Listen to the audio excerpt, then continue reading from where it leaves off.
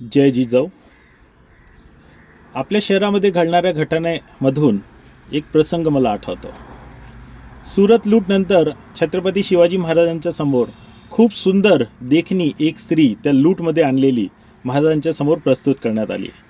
लगेच महाराजांनी आपला सिंहासन सोडला आणि त्या स्त्रीकडे गेले आणि तिला आईची उपमा देत छत्रपती शिवाजी महाराजांनी म्हटलं की जर तुमच्या एवढी सुंदर जर माझी आई असती तर कदाचित मीही आज तेवढंच सुंदर झालो असतो.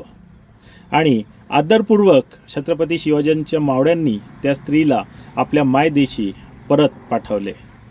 पण सतत घडणाऱ्या घटना आपल्या शहरातील लहान लहान मुलींची इज्जत आणि आबरूशी खेळणारे हे लोक वावरत असताना आपण मावळे स्तब्ध का, हा प्रश्न आज मोठ्या प्रमाणावर पडत आहे.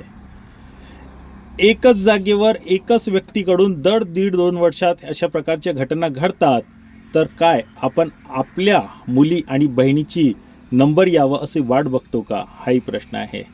मित्रांनो, पद आणि पैसा ठीक आहे, पण हे जे घटना नेहमी होत आहे हे फारच लाजिरवाणी आपल्यासाठी आहे.